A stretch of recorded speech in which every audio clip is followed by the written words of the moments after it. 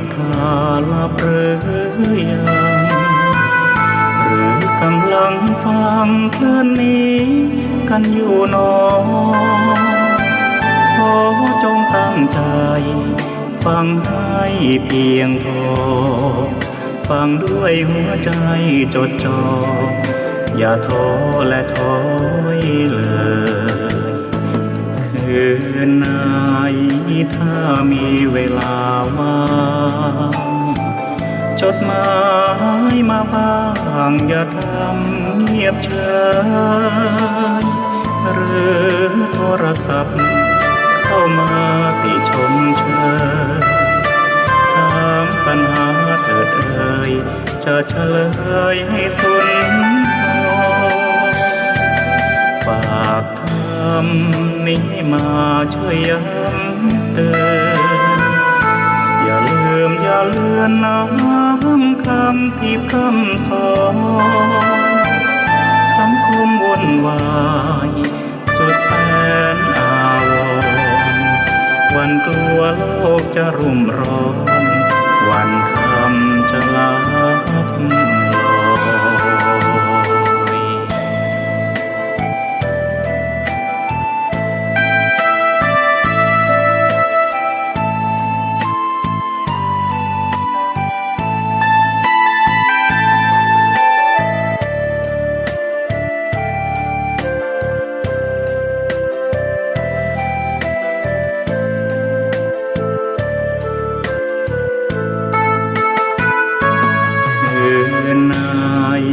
ถ้ามีเวลาว่างจดหมายมาบ้างอย่าทำเงียบเฉยหรือโทรศัพท์เข้ามาติชมเชยถามปัญหาเถิดเอ่ยจะเฉลยให้สุนทรฝากทำนี้มาช่วยย้ำเตือนอย่าลืมอย่าเลือนน้ำคำที่พร่ำสอนสังคมวุ่นวายสุดแสนอาวรณ์วันกลัวโลกจะรุ่มร้อนวันคำจะลับลอย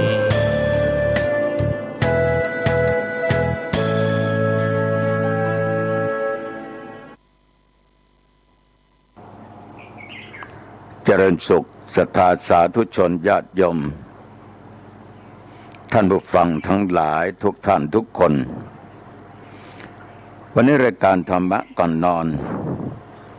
ณทางสถานีวิทยุศูนย์การเผยแผ่ธรรมของวัดฝายหินอำเภอเมืองจังหวัดเชียงใหม่วันนี้ก็ตรงกับวันอังคารทุกวันอังคารตั้งแต่เวลา 22 นาฬิกาถึง 23 นาฬิกา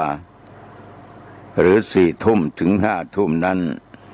อาตมาตัวเจ้าวัดหนองตองหางดงจังหวัดเชียงใหม่ก็ได้นำเอาธรรมะอันเป็นศาสนคำสอนในทางพุทธศาสนานั้นมาพูดให้ญาติโยมได้ฟังกันเผื่อว่าโยมอาจจะมีปัญหาที่ค้างคาใจอย่างใดอย่างหนึ่งเกิดขึ้นจะถามจะอ่านก็ไม่มีเวลาต่อเมื่อได้ฟังธรรมะที่ตุเจ้าทั้งหลายนำมาบรรยายนั้นแต่ละเรื่องแต่ละหัวข้อถ้าไปตรงกับสิ่งที่ญาติโยมทั้งหลายยังไม่เข้าใจกังขาอยู่ก็สามารถแก้ปัญหาเหล่านั้นได้อาตมาต้องขออนุโมทนาขอบใจต่อญาติต่อโยมที่มีน้ำจิตน้ำใจอดตาหลับขับตานอนนะ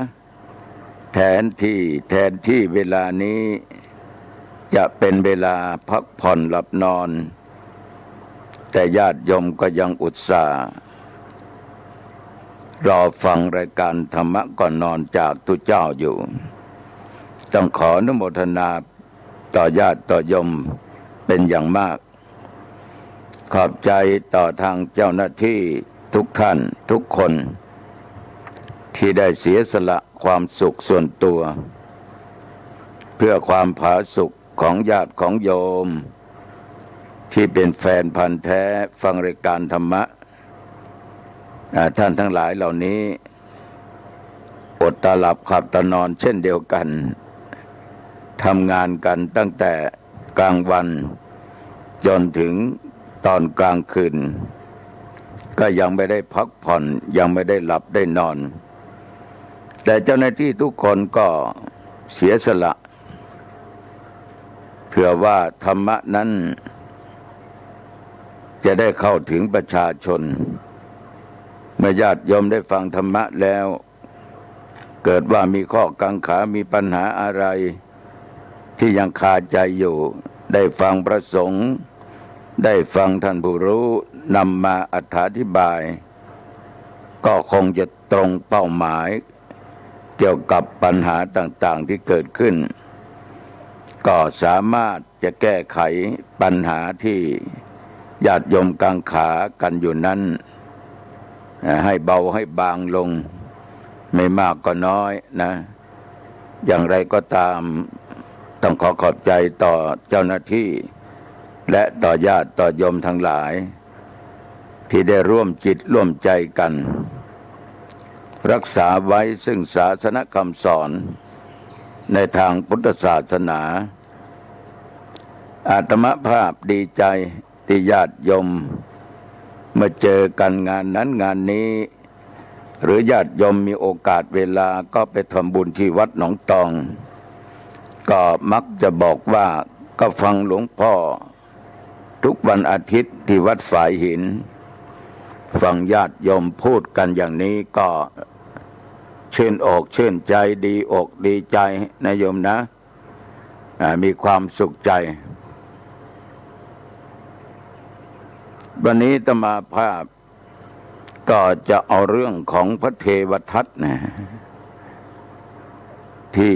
เทวทัตนั้นโยมทั้งหลายถ้าพูดถึงพระเทวทัตและญาติโยมก็ไม่ชอบกันสักเท่าไหร่ถ้าเราจะเปรียบเหมือนการเล่นละครเทวทัตนั่นก็เป็นตัวโกงตัวเบียดเบียน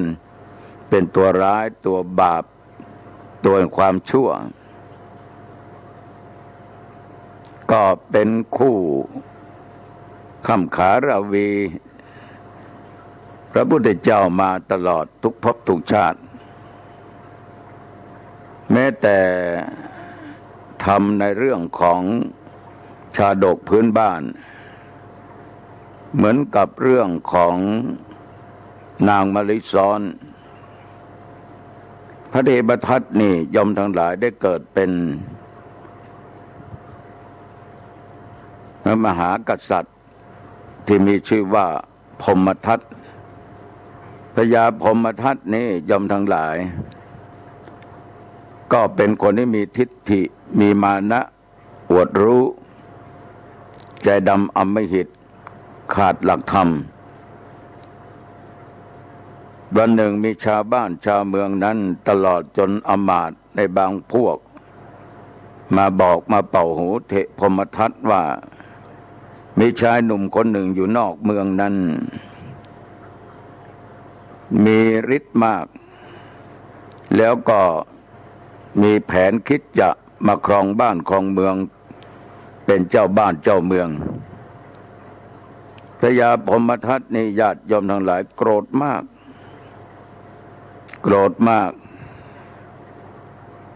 แล้วพอดีก็มีอามาตย์อีกคนหนึ่งบอกว่าข้าแด่ท่านพรหมทัตในนอกเมืองเรานี้ยังรู้ว่ามีหญิงงามอยู่3 คนถ้าท่านจะลงโทษนันทกุมารนี้หรือชายคนนี้ก็ต้องหาเรื่องหน่อยให้เขาไปตามเอาหญิงทั้ง3 คนมาเป็นมเหสีของพระองค์ท่านแล้วท่านต้องกำหนดกฎเกณฑ์ว่าให้ได้มาภายใน7 วัน ถ้าไม่ได้ก็จะถูกตัดคอหรือถ้าหลีกถ้าหนีหลบหลีกไปที่ไหนแม่ของนันทกุมารก็จะต้องถูกฆ่าพรหมทัตยมทั้งหลายมีตัณหามีราคะรุนแรงมีความโกรธอย่างรุนแรงจึงใช้เหล่าเสนาอามาตย์ทั้งหลายนั้นไปตามนันทกุมารมาฝ่ายโพธิสัตว์หรือนันทกุมารนั้นก็บอกลาแม่ก็เป็นห่วงลูกมากกลัวลูกจะได้รับอันตรายกลัวลูกจะถูกอาชญาจากเท้าพรหมทัตก็ให้ศีลให้พรแก่นันทกุมารนอโพธิสัตว์ของเราหรือนันทกุมารก็เข้าไปกราบไปไหว้พญาพรหมทัตพรหมทัตก็หัวเราะแล้วก็ด่าด้วยคำพูดที่รุนแรงมากนี่มึงนะอวดใหญ่อวดดีตัวมึงแค่นี้อยากจะมาครองบ้านครองเมืองมึงไม่กลัวหัวขาดหรือเจ้านันทกุมารก็กราบทูลว่าข้าพุทธเจ้านี้ไม่เคยคิดที่จะมาครองบ้านครองเมืองไม่เคยพูด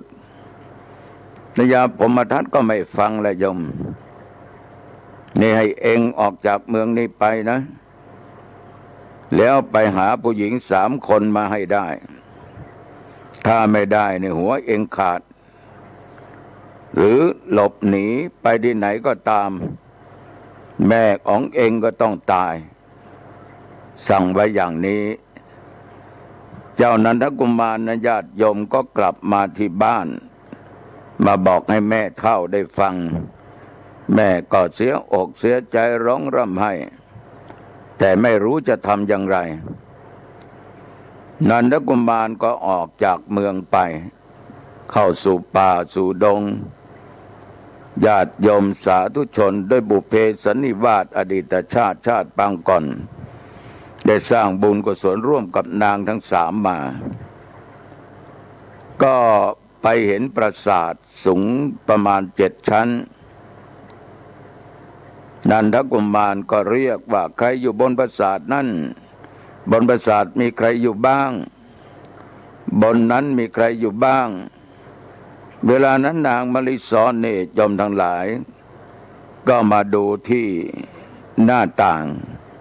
ก็เห็นเป็นมนุษย์นางก็มาคิดในใจว่าในป่าลึกขนาดนี้ยังมีมนุษย์หลงเหลือเข้ามาอยู่หรือเข้ามาได้อยู่ถ้าไม่ใช่คนดีไม่มีบุญนี่คงจะเป็นอาหารของเสือของสัตว์ป่าไปแล้วนางก็ขานรับส่งเสียงตอบมาในที่สุดเจ้านันทะกับนางมลิสรนี่ก็พูดคุยกันได้บุพเพสันนิวาสอดีตชาติเคยถวายจีวรแก่พระสงฆ์สามเณรร่วมกันมาตั้งจิตอธิษฐานมาให้บังเอิญเวลานั้นญาติโยมทั้งหลายบัวอุสุภราชกับบริวารก็มาถึงก็ได้กลิ่นมนุษย์ก็จึงเรียกขึ้นไปบนปราสาทว่าลูกมาลิสรมีใครอยู่กับลูกที่บนปราสาทพ่อนี้ได้กลิ่นของมนุษย์นะนางก็ไม่โกหกพ่อของตัวเองก็บอกว่ามีพระกุมารชื่อนันทะนี่อยู่ฝ่ายวัวอุสุภราชนี่ยอมทั้งหลายก็รู้ว่าทั้งสองนั้นเป็นบุพเพสันนิวาสกันก็จึงร้องบอกให้นางว่าลูกให้ชายคนนั้นเอาฝ่าเท้ายื่นออกมากับฝ่าองค์มือนางก็บอกให้นันทกุมารนั้นญาติโยมทั้งหลายก็เอาฝ่าเท้ายื่นออกมาที่หน้าต่างแล้วก็ฝ่ามืออีกวัวอุสุภราชเห็นดังนั้นว่าในฝ่า องค์เท้าองค์มือนั้นเป็นกงจักรก็รู้ทันทีว่า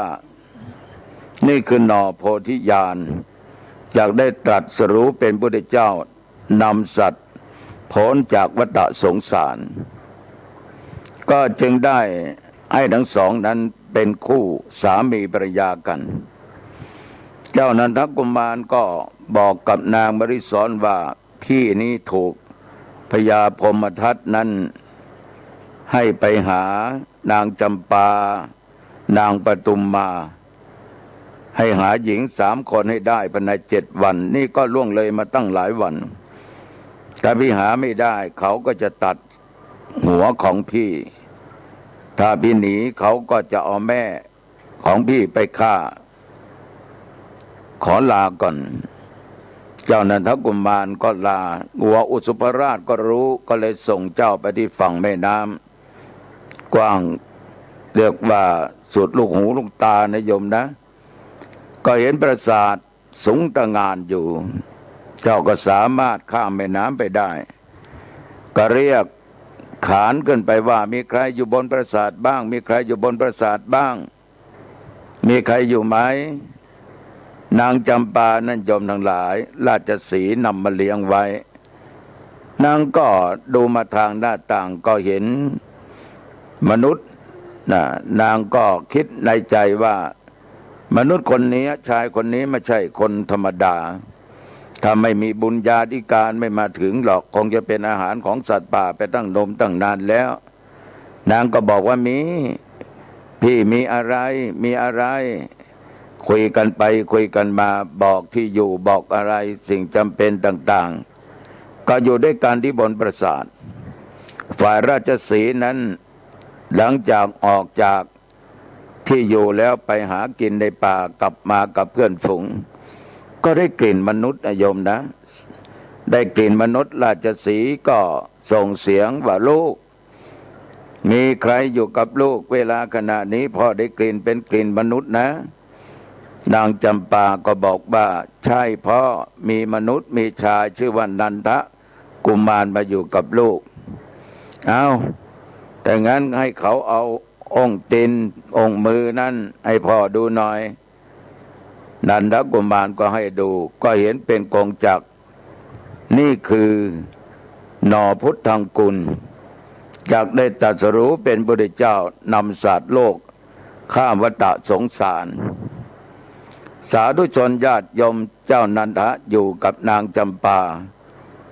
ก็จะถึง7 วันพอดีนะก็เลยลานางและลาพ่อราชสีห์ว่าต้องไปหาหญิงที่ชื่อว่าปทุมมาอีกคนหนึ่งก็เห็นใจกันแหละนะก็ไปส่งไปโยมทั้งหลายก็เห็นปราสาทหลังใหญ่กว้างตั้งตระหง่านอยู่เจ้าก็เรียกว่ามีใครอยู่ข้างบนครับมีใครอยู่ข้างบนนางปทุมมานั่นโยมทั้งหลายก็รู้ก็เห็นว่านี่เป็นมนุษย์ก็เลยขานรับแล้วก็คุยกันไปคุยกันมาก็ได้บุพเพสันนิวาสก็อยู่ด้วยกันแต่พระอินทร์นั่นโยมทั้งหลายก็รู้ว่า2 คนนี้มีบุญมีกุศลสร้างบุญสร้างกุศลร่วมกันมาก็เลยให้เขาทั้งสองได้อยู่ด้วยกันแต่เจ้านันทกุมารก็บอกให้พระอินทร์รู้ก็เลยลาแล้วก็นำนางมาพบนางจำปานางมลิสรก็กลับเข้าสู่เมืองพานางทั้ง3นั้นไปถวายแก่พญาพรหมทัตโอ้พญาพรหมทัตชอบอกชอบใจโยมทั้งหลายครั้งแรกว่าจะตกรางวัลให้เจ้านันทกุมารแต่ด้วยความไม่มีศีลไม่มีธรรมจิตใจดำอำมหิตขาดเมตตาธรรมกรุณาธรรมมุทิตาธรรมอุเบกขาธรรมได้ของแล้วได้นางทั้ง3แล้วโอ้โยมก็มาคิดในใจว่าชายคนนี้ถ้าไม่ฆ่ามันไม่กำจัดมันนี่มันเป็นอันตรายโยมทั้งหลายก็ปรึกษาเหล่าเสนาอามาตย์ผู้ใจดำใจบาปทั้งหลายตกลงพญาพรหมทัตก็จะฆ่านันทกุมารเรียกนันทกุมารมาก็เงื้อดาบขึ้นจะฟันโยมทั้งหลาย แผ่นดินที่ว่าหนานะก็มีเปลวไฟพุ่งขึ้นมาสูบอพยาพรหมทัตตกไปในนรกกับชาติเกิดมาก็ได้แก่พระเทวทัตนี่แหละนันทกุมารนัญญาติโยมก็คือองค์สมเด็จพระสัมมาสัมพุทธเจ้าเราจะเห็นได้ว่าเทวทัตนี้หลายภพหลายชาติญาติโยมทั้งหลายที่สร้างบาปสร้างกรรมสร้างบาปสร้างกรรมไปมากต่อพระพุทธเจ้าของพวกเราเรื่องธรรมชาดกนั้นธรรมามักจะนำเทศให้ญาติโยมได้ฟังกันหลายสถานีวิทยุด้วยกันไม่ว่าเรื่องบ่าวน้อยกินขวานบ้างบ่าวน้อยกินขวานก็มีคติเตือนใจหรือเรื่องต่างๆเรื่องพุทธเสนกะหรือนาง12นี่ก็เช่นเดียวกันก็มีตัวละครที่เป็นเทวทัตนี่อยู่ตลอดเวลาเทวทัตนั้นเป็นพระโอรสของพระเจ้าสุปพุทธะก็เป็นพี่ชายของพระนางยโสธราหรือพิมพาที่เป็นมเหสีของเจ้าชายสิทธัตถะนับไปนับมาก็เป็นญาติกันแหละโยมเป็นญาติกันมาดองกันอีกนะแต่เทวทัตนั่นโยมทั้งหลายจิตใจมันคับแค้นมาตั้งหลายภพหลายชาติทำอะไรก็แพ้เจ้าชายสิทธัตถะจะแข่งขันอะไรก็แพ้ไม่ชนะก็เลยผูกอาฆาตไว้ก็คิดทำสังฆเพศให้แตกแยกกันทำร้ายพระพุทธเจ้าโดยการปล่อยช้างที่ตกมันหวังจะให้ช้างฆ่าพระพุทธเจ้าอยู่บนภูเขากิ้งหินลงมาใจทัพพระพุทธเจ้าคบคิดกับพระเจ้าอาชาติศัตรูให้ฆ่าพระเจ้าพิมพิสารแล้วไอ้ตั้งตัวเป็นกษัตริย์และตัวเองก็จะฆ่าพระพุทธเจ้าและจะตั้งตัวเป็นพุทธเจ้าทำไปทุกอย่างนั้นด้วยความโลภเพื่อหวังลาภสักการะที่จะเกิดขึ้นมีครั้งหนึ่งญาติโยมทั้งหลายพระเทวทัตนี่ไปขอให้พระพุทธเจ้านี้ได้ปฏิบัติถ้าหากว่าพระพุทธเจ้าไม่ปฏิบัติตามนี้ก็ขอให้ภิกษุทั้งหลายที่เป็นลูกศิษย์ลูกหาเป็นภิกษุในพุทธศาสนานั้นปฏิบัติตามนี้คือคิดจะแข่งขันนะโยมคิดจะแยกสังฆะให้แตกแยกกันเทวทัตนี่ยอมทั้งหลายมันได้ขอพระพุทธเจ้าว่าขอให้ภิกษุทั้งหลายอยู่ป่าชั่วชีวิตรูปใดเข้ามาอยู่แดนบ้านรูปนั้นมีผิดพระพุทธเจ้าไม่รับไม่ได้ท่านเทวทัตอย่างนี้ไม่ได้ท่านจะอยู่ป่าหรืออยู่ที่แดนบ้านของพี่น้องชาวบ้านประชาชนก็ไม่เป็นไรขอให้ภิกษุรูปนั้นไม่ทำผิดศีลผิดธรรมตั้งใจในการปฏิบัติตั้งใจในการเผยแผ่พระพุทธเจ้าไม่รับคำขอของพระเทวทัตข้อนี้เทวทัตก็โกรธมากยอมทั้งหลายแล้วก็ยังขออีกว่าถ้าอย่างนั้นก็ขอให้ภิกษุทั้งหลายนั้นถือการเที่ยวบิณฑบาตเป็นนิจรูปใดรับนิมนต์รูปนั้นมีผิดนี่หมายความว่าพระเทวทัตต้องการให้พระภิกษุนั้นรับบิณฑบาตอย่างเดียวออกบิณฑบาตรับกิจนิมนต์ต่างๆรับนิมนต์ไปฉันที่บ้านของโยมหรือเวลาโยมบรรถวายอาหารที่วัดก็ห้ามรับเด็ดขาดแท้ที่จริงเรื่องของการบิณฑบาตนั้นโยมทั้งหลายพระพุทธองค์ก็ให้การสนับสนุนและตั้งกฎเกณฑ์ไว้เหมือนกับยุคปัจจุบันพระสงฆ์องค์เด่นก็ออกบิณฑบาตก็มีคำหนึ่งเขาเรียกว่าโปรดสัตว์นะก็คือโปรดญาติโยมนั่นแหละการใส่บาตรนี่โยมทั้งหลายนางราชเทวีนี่ในอดีตชาตินั้นโยมนางก็เป็นผู้หญิงคนหนึ่งที่ดูแลนาสาลีหรือสวนข้าวสาลี ทีนี้วันหนึ่งนางนั้นในฐานะนางยากจนมากโยมทั้งหลายนางยากจนด้วยความยากจนของนางไม่ได้ใส่บาตรไม่ได้ทำบุญสักครั้งนะไม่ได้ใส่บาตรเลยวันหนึ่งนางก็เอาเมล็ดสาลีนี่มาคั่วเป็นข้าวตอกเขาเรียกว่าราชธิดาข้าวตอกหรือว่าเทวดาหรือธิดาข้าวตอกนั่นเองโยม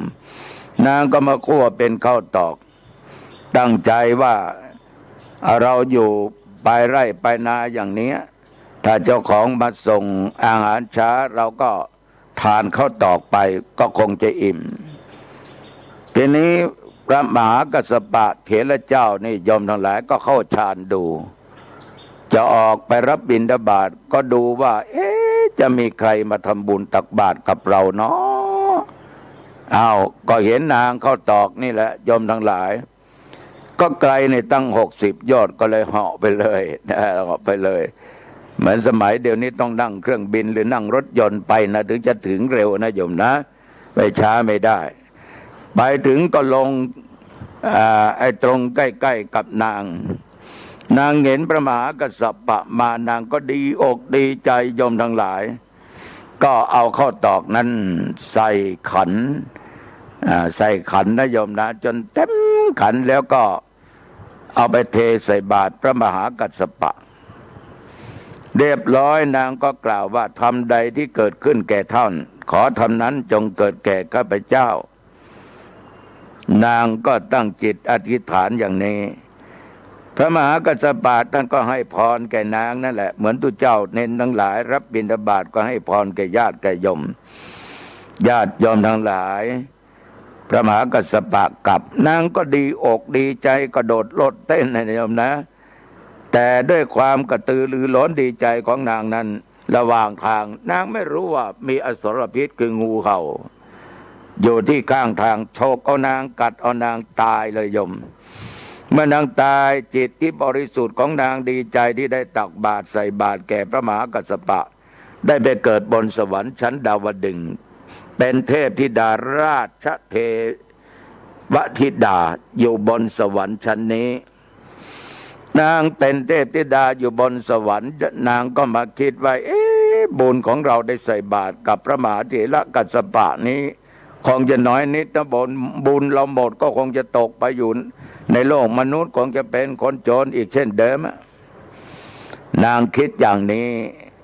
นางก็ลงมาโยมทั้งหลายมากวาดล้างวัดมาล้างห้องน้ำมาทำความสะอาดพระมหากัสสปะได้ยินเสียงไม้กวาดที่ลานหน้าของกุฏิตลอดจนที่ห้องน้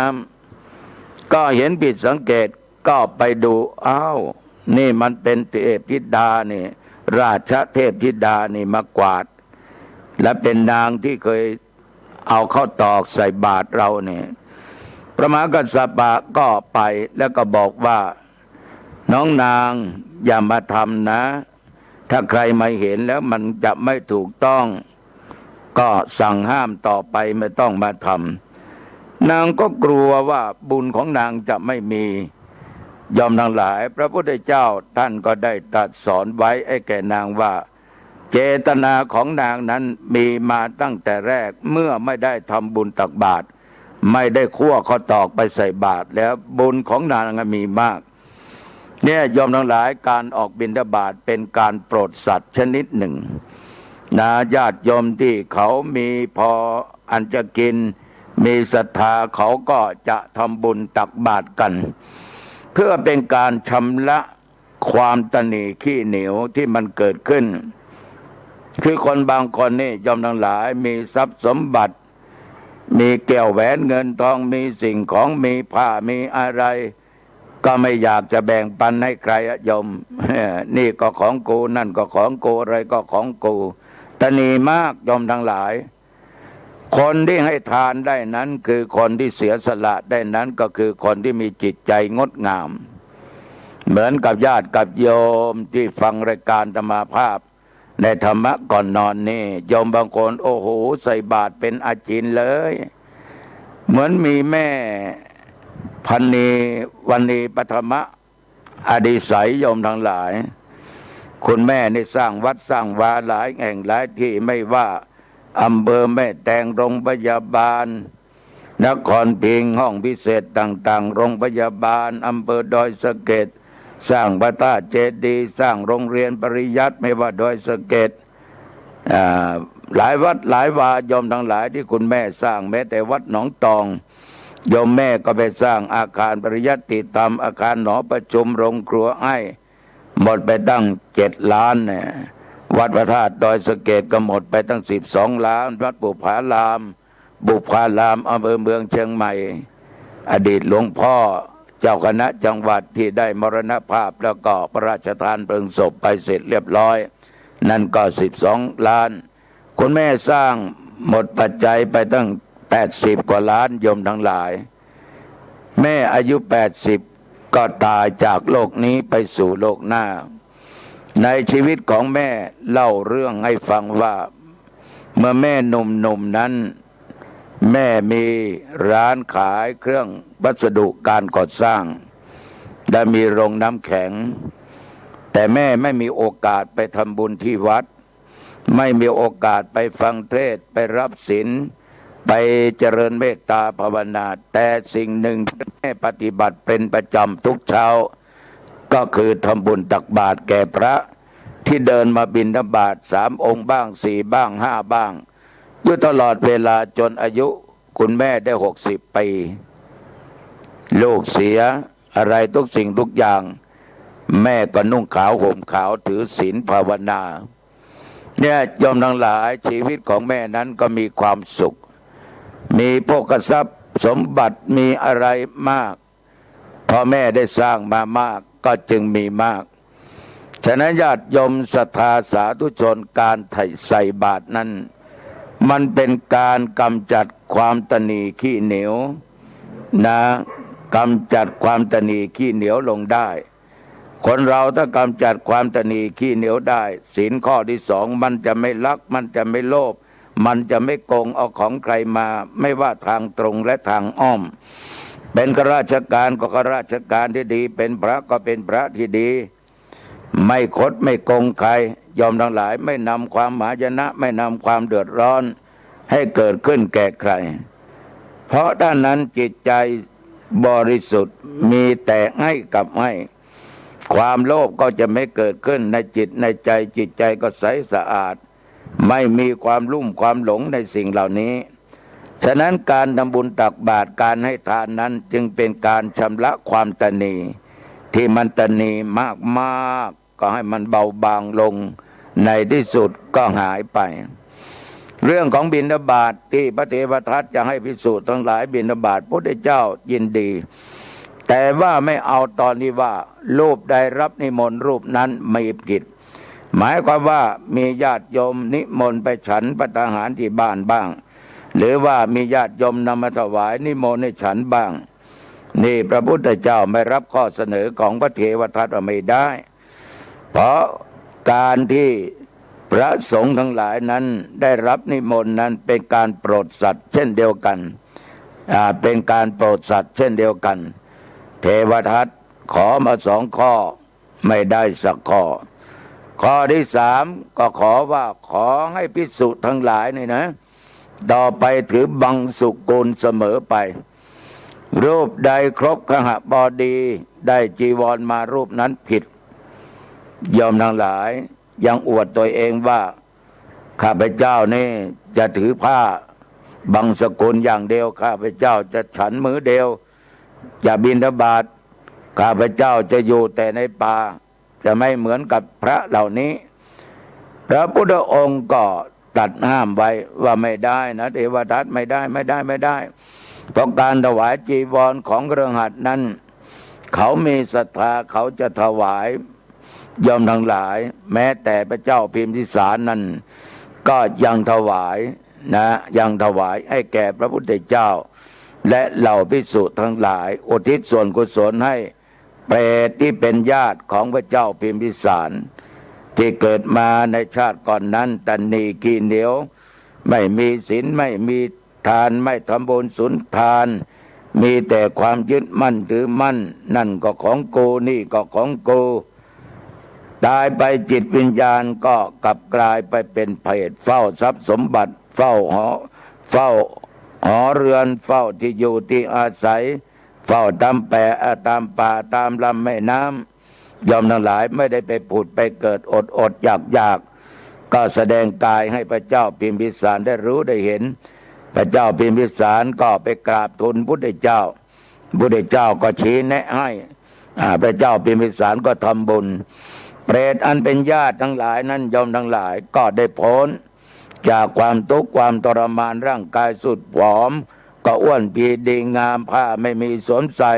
ก็ได้ใส่ผ้านี่แหละยอมทั้งหลายพระพุทธองค์ไม่รับข้อที่พระเทวทัตได้มาขอแต่บางสกุลนั้นพระสงฆ์ก็ถืออยู่แล้วเทวทัตยอมทั้งหลายยิ่งโกรธขึ้นไปอีกว่าโตเจ้าในศาสนาศิษย์ของตถาคตนี่ไม่เคร่งครัด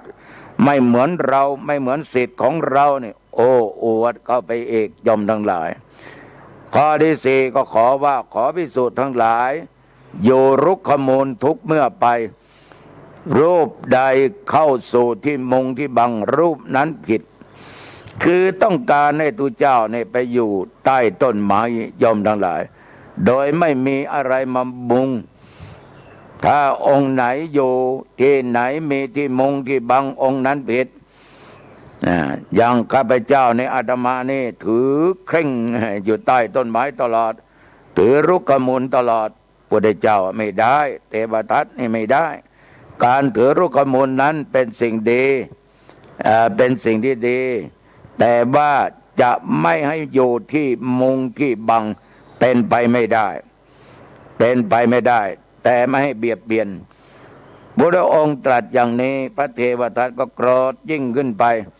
โอ้อวดเปล่าประกาศว่านี่ท่านทั้งหลายสี่ข้อนี้ตถาคตนั่นไม่ยอมปฏิบัติภิกษุในศาสนาของพระพุทธเจ้านั้นไม่เคร่งครัดไม่เหมือนกับพวกเราเทวทัตเคร่งครัดมีศีลเคร่งครัดมีธรรมะเคร่งครัดนี่ของพระพุทธเจ้านั้นไม่เคร่งครัดยอมทั้งหลายในข้อห้าเทวทัตก็ยังขอภิกษุทั้งหลายฉันปลาและเนื้อนะขออย่าให้ภิกษุทั้งหลายฉันปลาและเนื้อรูปใดฉันรูปนั้นมีผิดนี่ยอมทั้งหลายเทวทัตขอนะแต่พระพุทธเจ้าท่านบอกว่าไม่ได้เนื้อที่ท่านห้ามนั้นยอมทั้งหลายก็มีเพียงแต่10 อย่าง10 ประการทั้งนั้นแต่นอกจากนั้นท่านไม่ห้ามเช่นว่าเนื้อมนุษย์นี่ท่านห้ามภิกษุฉันนะเนื้อช้างเนื้อม้าเนื้อหมาเนื้องูนี่ห้ามยอมทั้งหลายเนื้อราชสีห์เสือโคร่งเสือเหลืองเสือดาวเหล่านี้ท่านห้ามเนื้อช้างนี่ท่านก็ห้ามเนื้อ10 อย่างนี้ยอมทั้งหลายห้ามภิกษุรับประเคนและฉันถ้ารับประเคนและฉันภิกษุต้องอาบัติผิดวินัยข้อห้ามแต่เป็นอาบัติที่เบาๆนะโยมนะเนื้อวัวเนื้อควายเนื้อหมูเนื้อเป็ดเนื้อไก่ธรรมาไม่เห็นมีในที่พระพุทธองค์ห้ามนะโยมไม่ได้ห้ามนะโยมนะฉะนั้นธรรมาก็โยมทอดปลามาถวายปิ้งปลามาถวายแกงหรือต้มมาถวายเอาลาบคั่วเนื้อหมูเนื้อวัวเนื้อควายมาถวายธรรมาก็ฉันเนื้อไก่เนื้อเป็ดเนื้อปลาอะไรธรรมาก็ฉันมันมีอย่างหนึ่งญาติโยมทั้งหลายเนื้อเหล่านี้เราไม่ได้มีส่วนเราไม่รู้เราไม่เห็นฉันไม่เป็นไรเราไม่รู้เราไม่เห็นฉันไม่เป็นไรเหมือนใกล้เข้าพรรษาเนี่ยโยมดูห่อหมกนะห่อหมกไก่บ้างหมูบ้างปลาบ้างโยมก็ไปทำบุญถวายทานอุทิศให้คนนั้นคนนี้ธรรมาให้พรแล้วห่อหมกก็ปะปนก็อยู่ไม่รู้ว่าของเป็นของใครนะแล้วก็ให้เจ้าภาพกรวดน้ำหยาดน้ำอุทิศแก่ผู้ที่จากไปทีนี้เมื่อเวลาฉันเราก็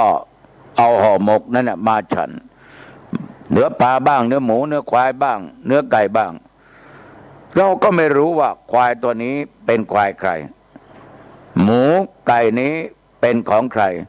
เราไม่รู้เราไม่ได้ไปสั่งเราไม่ได้ไปบอก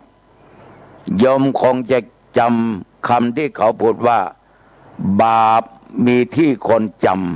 ำกรรมมีที่คนกระทำก็ลองคิดดูนะญาติโยมนะคงจะจริงนะโยมบาปมีที่คนจำกรรมมีที่คนกระทำเหมือนญาติโยมนะที่นั่งฟังธรรมาภาพตัวเจ้าหนองตองนี่โยมนิมนต์ไปที่บ้านบังเอิญนะโยมเลี้ยงไก่นะ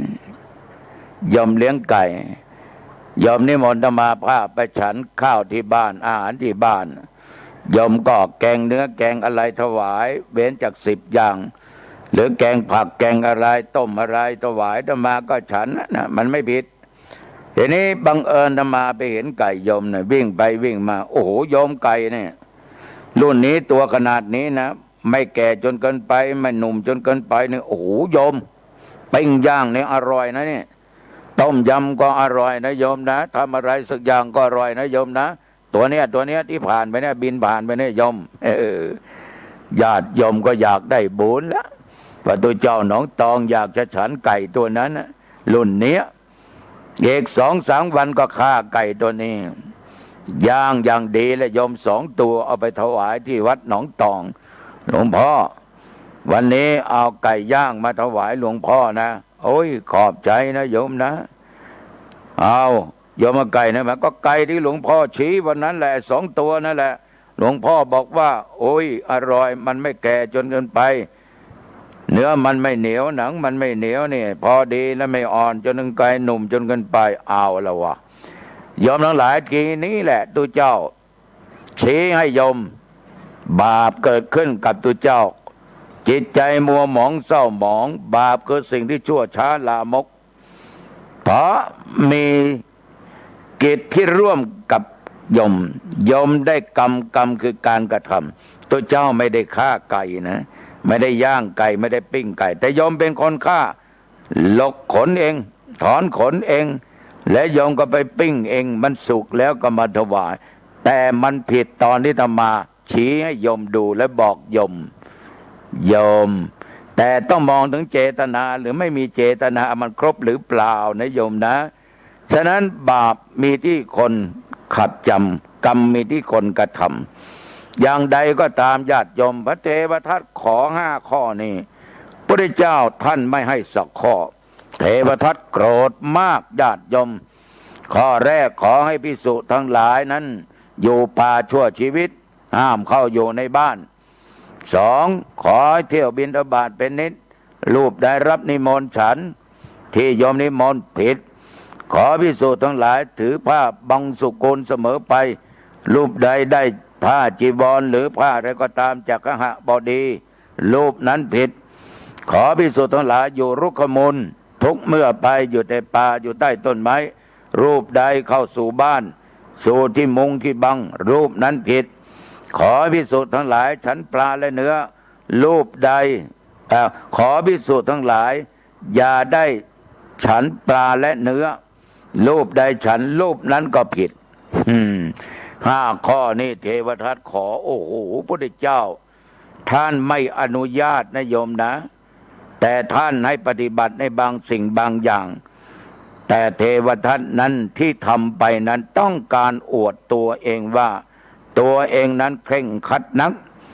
ภิกษุอันเป็นศิษย์ตถาคตนั้นพวกนั้นไม่เคร่งครัดเหมือนตัวเองคือต้องการไรยมต้องการลาภสักการะเกิดขึ้นแก่ตัวเองเพราะเวลานั้นญาติโยมทั้งหลายนั้นทุกสารทิศเรียกว่าเข้าไปฟังเทศฟังธรรมไปทำบุญที่พุทธเจ้าเสด็จอยู่แก่พระสงฆ์องค์เจ้าที่อยู่ในสำนักของพระพุทธองค์ฝ่ายเทวทัตลาภสักการะโอ้หายไปญาติโยมทั้งหลายฉะนั้นจึงคบคิดกับพระเจ้าอาชาติศัตรูนั่นแหละเพราะหวังจะให้พระเจ้าชาติศัตรูเป็นใหญ่เป็นกษัตริย์แล้วก็จะได้ทำบุญให้ทานแก่ตัวเองและตัวเองก็จะฆ่าพระพุทธเจ้า ตั้งตัวเป็นพุทธเจ้านี่ด้วยบาปกรรมของเทวทัตเนี่ยโยมทั้งหลายแผ่นดินเนี่ยอดไม่ได้ไว้เลยโยมไฟนรกพุ่งขึ้นมาสูบเทวทัตตายไปตกนรกโยมทั้งหลายฉะนั้นศรัทธาสาธุชนญาติโยมเรื่องของเทวทัตเนี่ยมีมากถ้าญาติโยมได้ฟังจากอาตมาภาพเทศธรรมชาดกแบบพื้นบ้านพื้นเมืองเหนือสถานีวิทยุขึ้น96ก็ดีหรือรอดอก็ดีหรือกระจายเสียงแห่งประเทศไทยก็ดีถ้าโยมอยากจะฟังธรรมบรรยายก็วปท2กับคลื่น104วัดฝายหินนี่โยมทั้งหลายธรรมานำธรรมบรรยายให้โยมฟังกันฉะนั้นสาธุชนญาติโยมธรรมะก่อนนอนนี่มันผ่อนคลายความตึงเครียดได้หรือว่าทำให้โยมเครียดขึ้นไปอีกล่ะ ญาติโยมระวังจิตระวังใจนะโยมนะอย่าคร่ำอย่าเครียดนะฟังตัวเจ้าพูดไปแล้วอย่าหนักอกหนักใจนะถ้าโยมนำไปหนักอกหนักใจคร่ำเครียดโยมไม่ต้องฟังแล้วปิดเลยนั่นนอนหลับสบายโยมฟังอย่าขาดสติอย่าขาดสติ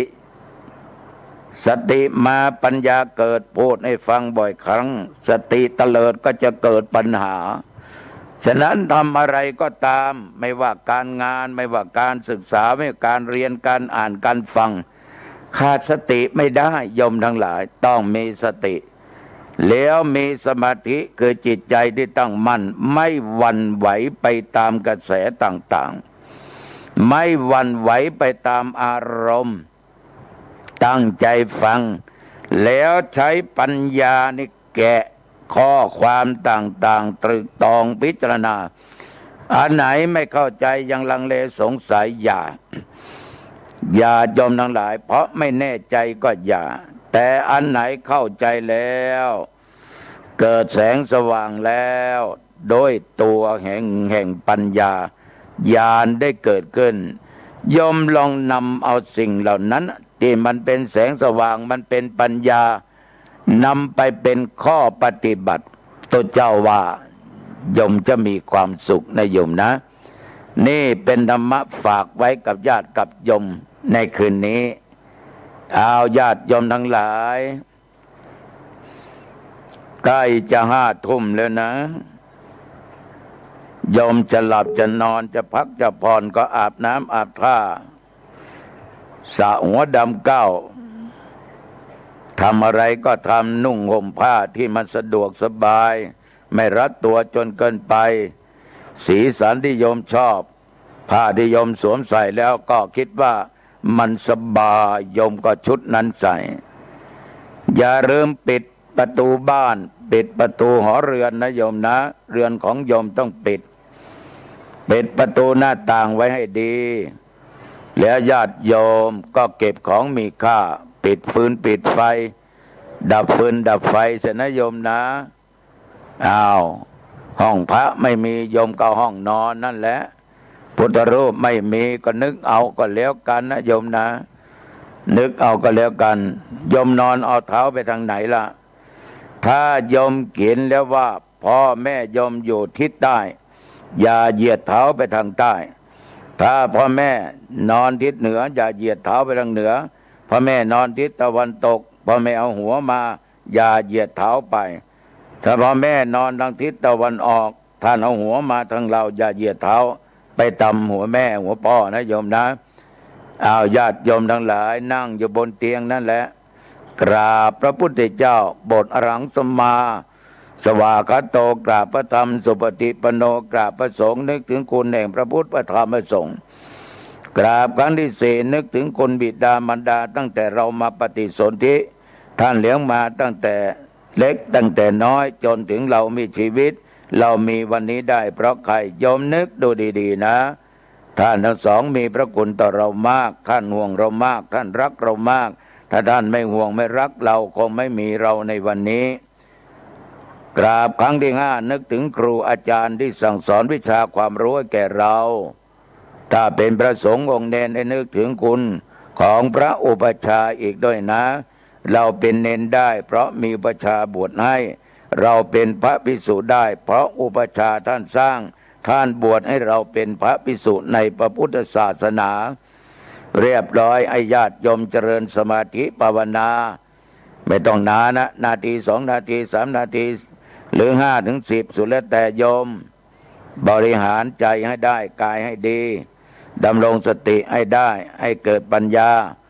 เสริมสร้างบารมีแก่ตัวเองเสร็จแล้วก็แผ่เมตตากับเจ้ากรรมนายเวรสรรพสัตว์ผู้มีพระคุณทั้งหลายได้ล่วงเกินกายวาจาใจ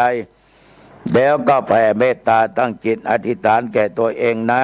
ให้ตัวเองเป็นสุขอีกก็แล้วกันนะสุขในชาตินี้ชาติหน้าเรียบร้อยก็ทบทวนดูศีล5 ข้อวันนี้ฆ่าสัตว์ไหมไม่ฆ่าเบียดเบียนไหมไม่